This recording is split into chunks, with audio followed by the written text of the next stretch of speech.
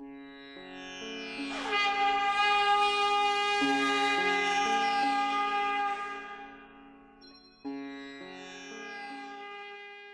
चरक आयुर्वेद के जनक एवं विश्व के सर्वप्रथम चिकित्सक, इनके द्वारा रचित चिकित्सा ग्रंथ चरक संहिता आदि विश्वविख्यात एवं आयुर्वेद का महान आकर ग्रंथ है। आज तक उपलब्ध आयुर्वेद की संहिताओं में चरक संहिता काय चिकित्सा प्रधान सर्वश्रेष्ठ ग्रंथ है।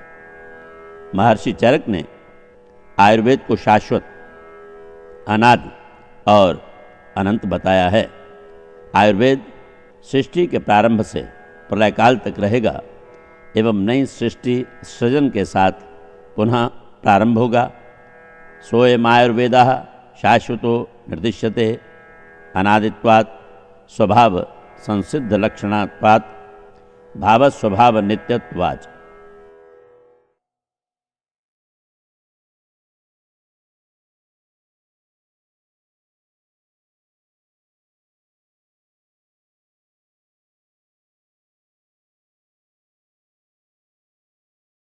चरक संहिता में चिकित्सा विज्ञान के मौलिक तत्वों का जितना उत्तम विवेचन किया गया है उतना अन्यत्र नहीं है। इसलिए प्राचीन विद्वानों ने एक स्वर में कहा है, चरकस्तु चिकित्सते। चिकित्सा विज्ञान के अतिरिक्त इस ग्रंथ में आचार, व्यवहार, नीति, आध्यात्म एवं दर्शन आदि जीवन के आवश्यक पहलुओं पर भी वैज्ञानिक एवं व्यवहारिक ज्ञान उपलब्ध है। चरक संहिता का विषय विभाग 8 स्थानों एवं 120 अध्यायों में व्यवस्थित है। सूत्र स्थान 30 अध्याय, निदान स्थान 8 अध्याय, विमान स्थान 8 अध्याय, शारीर स्थान 8 अध्याय, इंद्रिय स्थान 12 अध्याय, चिकित्सा स्थान 30 अध्याय, कल्प स्थान 12 अध्याय और सिद्धि स्थान में 12 अध्याय। इस प्रकार 120 अध्यायों की चरक संहिता के 12,000 श्लोकों में लगभग 2,000 औषधीय योगों की विस्तृत व्याख्या के साथ चिकित्सा शास्त्र एवं संपूर्ण जीवन दर्शन वर्णित है। चरक संहिता को आधार बना करके बाद में जो वाग्भट हुए हैं, माधव निदान है, बंगसेन है, वो गदनग्रह है, सोढ़ल निघंटु है, इन सबों ने चरक को ही आधार बना करके अपने ग्रंथ की रचना की है। तो इस तरह से चरक संहिता आयुर्वेद का सबसे प्रधान ग्रंथ है। चरक संहिता के अंतिम अध्याय में इसकी संपूर्ण परिपूर्णता के लिए लिखा है, यदिहास्ति तदन्यत्र यन्नेहास्ति न तत्क्वचित्। अर्थात जो चिकित्सा संबंधी ज्ञान इस महान ग्रंथ में बताया गया है वही ज्ञान आयुर्वेद के अन्य ग्रंथों में भी उपलब्ध है। लेकिन जो चिकित्सा विषय ज्ञान इस ग्रंथ में नहीं बताया गया वह ज्ञान किसी अन्य चिकित्सा ग्रंथ में नहीं पाया जाता। चरक संहिता इस काल में जितनी भी चिकित्साएं की विधाएं हैं, चिकित्सा के ग्रंथ हैं, उनमें सबसे अधिक उपयोगी है। उसको हम कुछ बिंदुओं से समझ सकते हैं। पहला बिंदु तो ये कि उसकी औषधियां इतनी साधारण हैं, इतनी सुलभ हैं, इतनी सस्ती हैं, एक सामान्य व्यक्ति की पहुंच के भी भीतर हैं। दूसरी चीज, भारतवर्ष में वो जन सामान्य में फैली हुई है। चरक संहिता आयुर्वेद का सर्वमान्य ग्रंथ है। प्राचीन काल से ही इसका प्रचार प्रसार संपूर्ण भारत में ही नहीं अपितु विदेशों में भी हुआ है।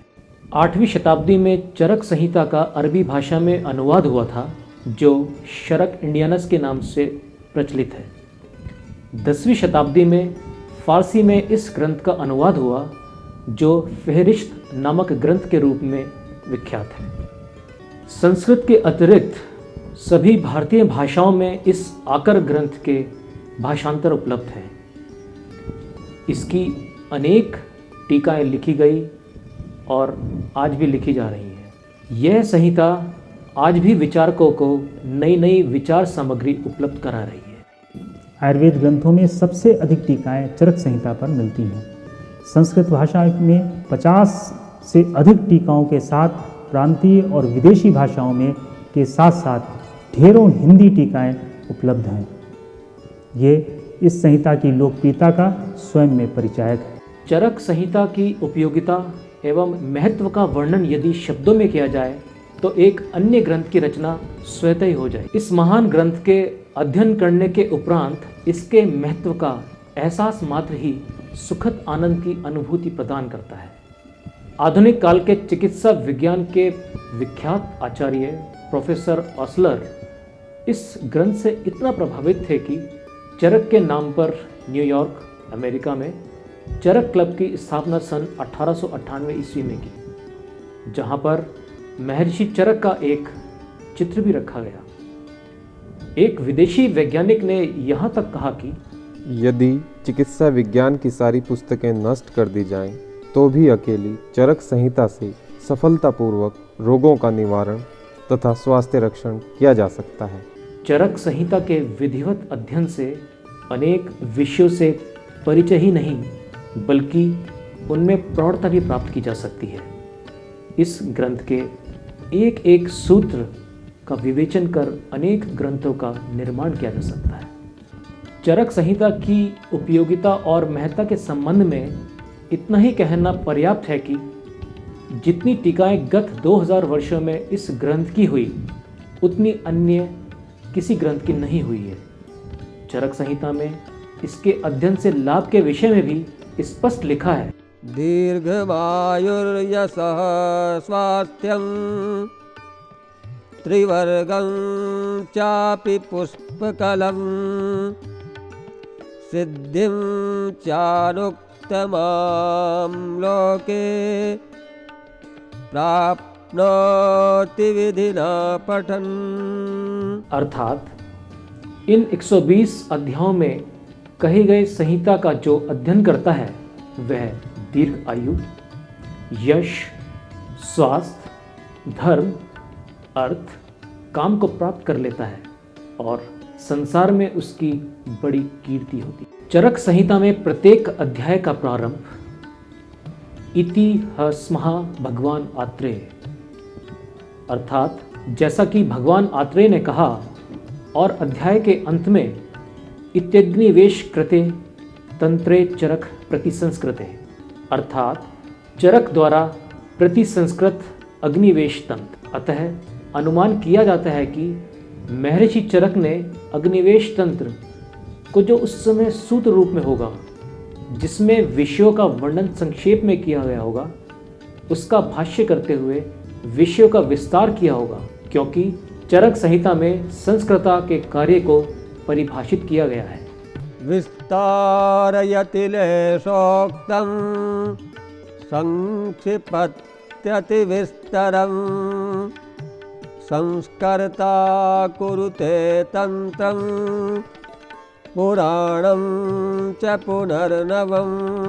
अर्थात संस्कृता का कार्य संक्षेप में बताए गए विषयों को विस्तार से बताना, अत्यंत विस्तार से बताए गए विषयों को संक्षेप में करना तथा पुराने तंत्र को फिर से नया करना, यह संस्कृता का कार्य होता है। चरक संहिता निर्माण के 3 स्तर हैं। पहला, आदि उपदेष्टा पुनर्वसु आत्रेय और उनके शिष्य अग्निवेश। अग्निवेश ने पुनर्वसु आत्रेय के उपदेशों को संग्रहित करके अग्निवेश तंत्र का स्वरूप प्रदान किया।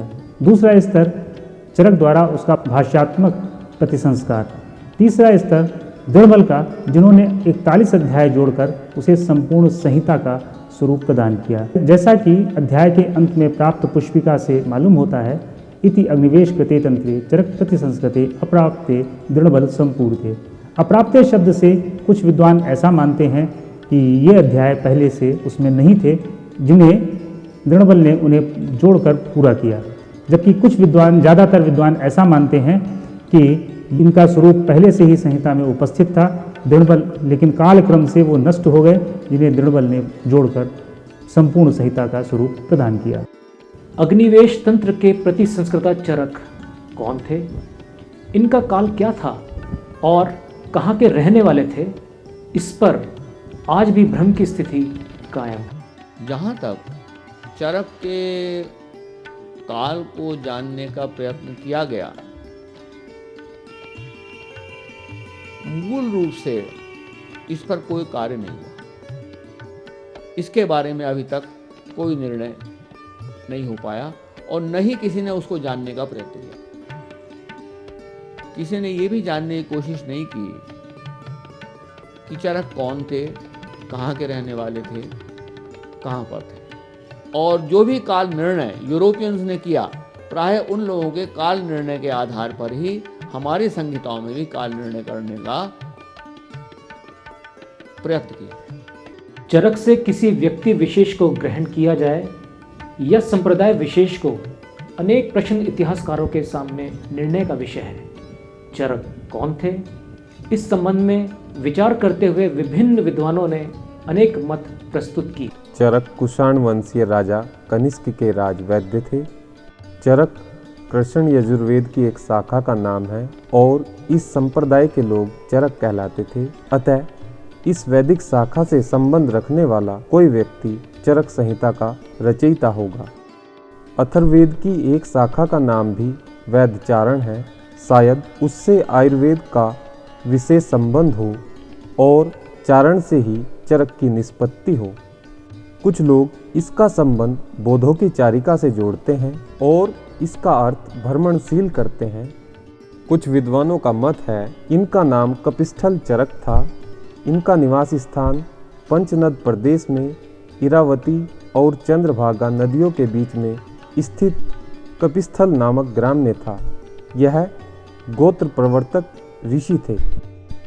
पातंजल योग सूत्र और पाणिनीय महाभाष्यकार पतंजलि और चरक एक ही थे। भाव प्रकाश में वर्णित शेषनाग द्वारा लोक वृत्तांत जानने की इच्छा से चर रूप में पृथ्वी पर आने के कारण इनको चरक कहा गया है। यही चरकाचार्य हैं, ऐसा मानते हैं। इतिहासकारों और विद्वानों का मत है चरक यायावर कोटि के ऋषि थे, यानी घूमने फिरने वाले ऋषि जो किसी एक स्थान पर नहीं रहते थे, क्योंकि चरक संहिता में ऋषियों के दो भेद बतलाए हैं।